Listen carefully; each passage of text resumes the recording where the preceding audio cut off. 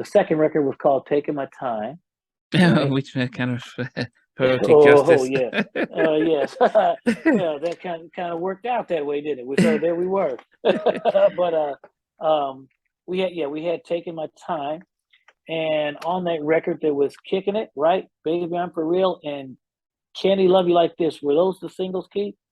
Yeah, yeah. Yeah.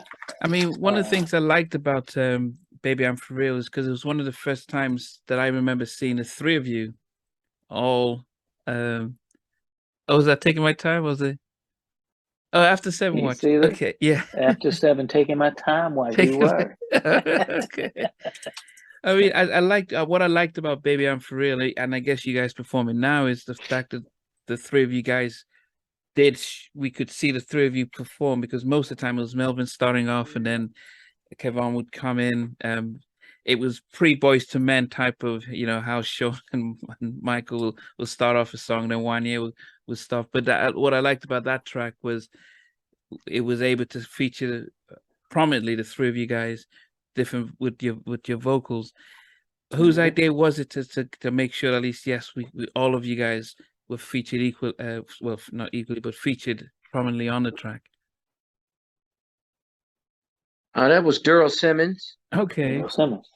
Came Hmm. up with the concept of redoing "Baby I'm For Real," and then he added the natural high thing From on the Bloodstone. Bloodstone, and it gave me an opportunity to get a chance to be showcased, and it worked out. It was a great record for us, and still is.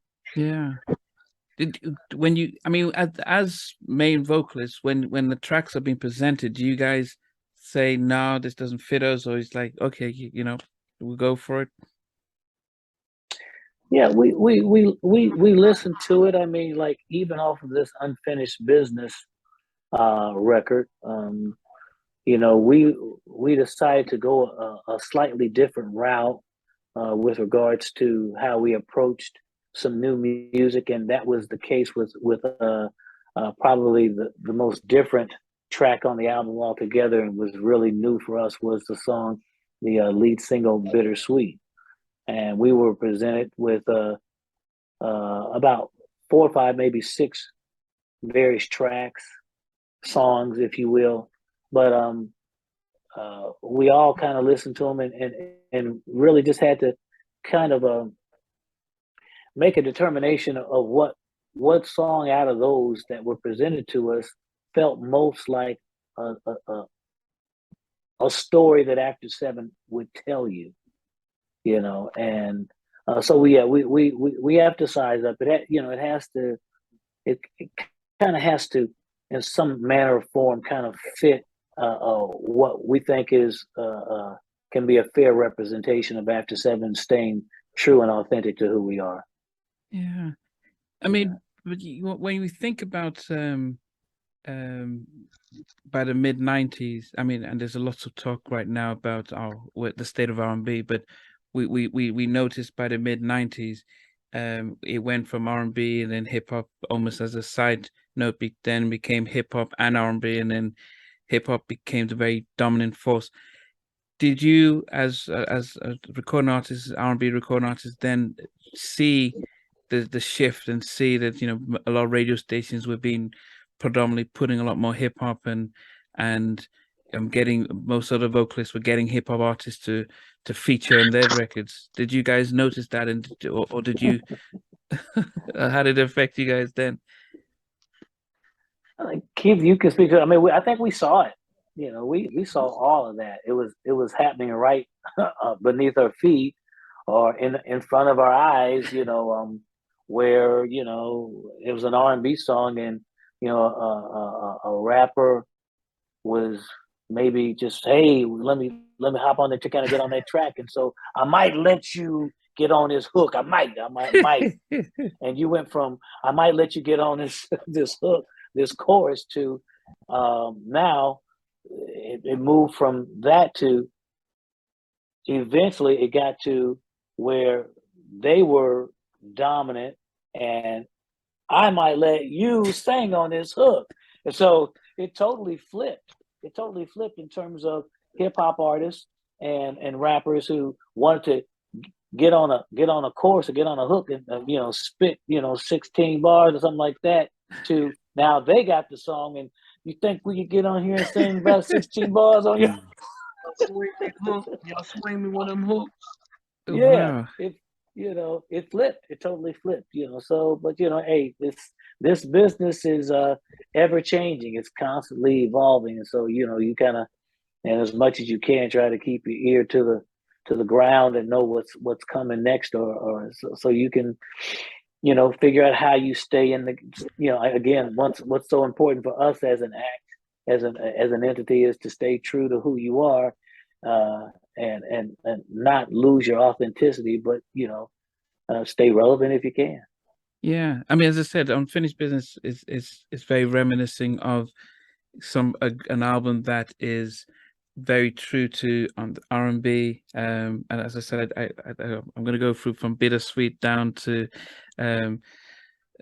Tomorrow, the Day. So I want to hold myself a little bit, but I just wanted to get to, so most of us didn't know, because after you did Reflections, it was, we didn't see you guys for goodness, almost more than 10 years or so. I know, Kevon, you had your solo album, but most of us didn't understand why the separation after the third album, especially as platinum, gold album. I would assume Virgin might have wanted to continue working with you guys. Well, Virgin may have. I think we had gotten to a point of impasse, I think is what it was with Virgin Records. We as artists were frustrated. We felt like we weren't, and quite honestly, when we look back in retrospect, they were really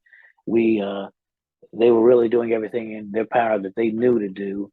And I guess we just felt like we wanted more. I thought there should be more on the plate, and we were frustrated, and quite honestly, they were frustrated and didn't know what more they could do to help push the brand. And so we were saying, hey, well, let us out of this situation if we can't do anything. So, and that's kind of where we came to. And at the time, thank goodness, Mr. Phil Corderero, who was the acting president at the time, was willing to release us, and they let us go. They were willing to release us, and he released us debt free. He wiped our debt. Wow! But what was real, what was really going on at the time was the simple fact that the music industry had evolved.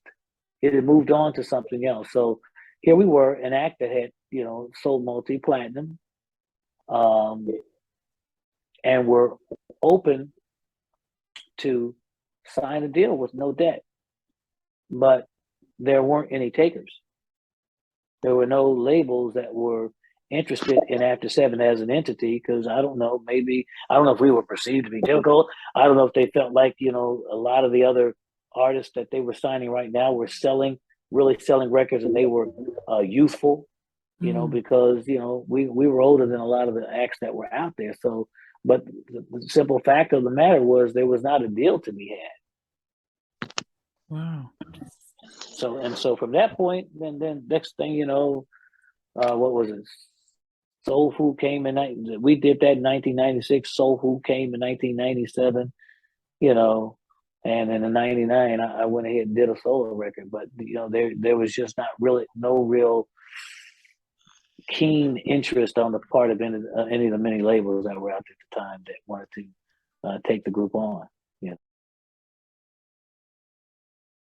Hey everyone, I want to thank you for being part of Halftime Chats. This new update is really about our membership, and I'm really excited to be able to fully launch the membership page. There will be things like full interviews from day one. As soon as the interview drops, you get access to it without any ads on it. There'll be some exclusive member-only videos that will just be some behind-the-scenes stuff and some other things that we will never be broadcast. For some members, you can be able to get actually 2 interviews, because I do have a backlog of almost 7 or 8 interviews that don't even know when I'm going to be able to broadcast them. So you're able to get at least some of those up front, and some just behind the scenes stuff, because there's a lot of stuff that goes behind the scenes that I have never been able to talk about or release. For everyone else, you know what, the videos will still be the same over a week or a week and a half or 2 weeks, depending on how long it is. So everything stays the same. The polls stay the same. The community chats, the community stuff stays the same.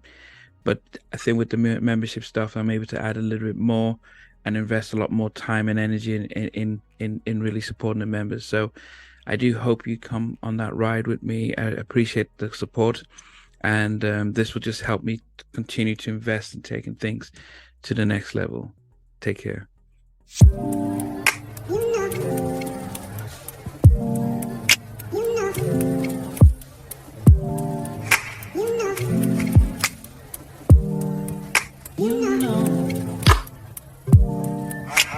I begin to